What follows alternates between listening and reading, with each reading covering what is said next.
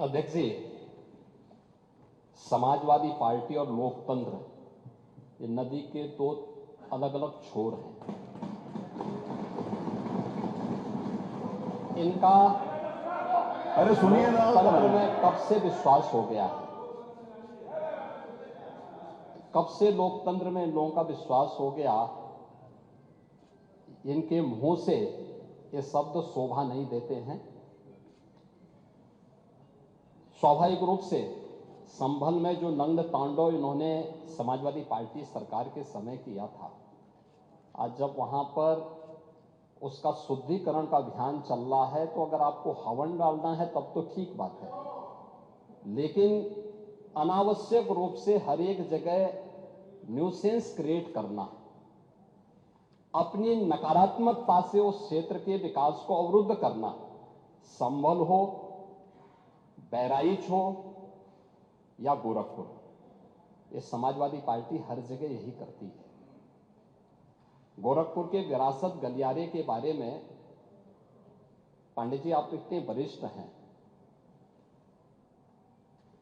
लोग आपको अनावश्यक रूप से मोहरा बना करके आपके कंधे पर बंदूक रख करके, अब आपको कम से कम इस उम्र में इस बात का ध्यान रखना चाहिए कि इस उम्र में सब नहीं होने देना चाहिए।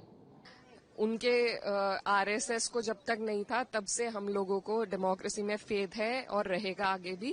ये लोग सत्ताधारी जो लोग हैं, ये अपनी विफलता, अपनी नाकामी छुपाने के लिए ऐसे स्टेटमेंट दे रहे हैं। जो वोट के चोर हैं, जो चोरी के आधार पर आज सत्ता में बैठे हुए हैं, ये आज बात खुल के सबके सामने आ गई है। तो ये लोग क्यों नहीं बैठ के पॉइंट टू पॉइंट, अगर इनको दिक्कत है तो ये रिफ्यूट करें पॉइंट टू पॉइंट। ना ईसी कर रही है जो इनके इशारे पे चलती है, ना ये लोग कर रहे हैं, और सिर्फ स्टेटमेंट देने का इनका काम है। लेकिन ये सरकार चोरी के वोटों के आधार पर बनी है और इस बात को हम डंके की चोट पे कह सकते हैं। रिफ्यूट करना चाहिए सरकार को भी और इलेक्शन कमीशन को। अध्यक्ष जी, समाजवादी पार्टी और लोकतंत्र ये नदी के दो अलग अलग छोर हैं। इनका अरे सुनिए ना, तंत्र में कब से विश्वास हो गया है, कब से लोकतंत्र में इन लोगों का विश्वास हो गया,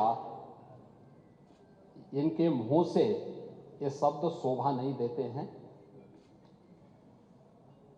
स्वाभाविक रूप से संभल में जो नंद तांडव इन्होंने समाजवादी पार्टी सरकार के समय किया था, आज जब वहां पर उसका शुद्धिकरण का अभियान चल रहा है, तो अगर आपको हवन डालना है तब तो ठीक बात है, लेकिन अनावश्यक रूप से हर एक जगह न्यूसेंस क्रिएट करना, अपनी नकारात्मकता से उस क्षेत्र के विकास को अवरुद्ध करना, संभल हो, बहराइच हो या गोरखपुर, ये समाजवादी पार्टी हर जगह यही करती है।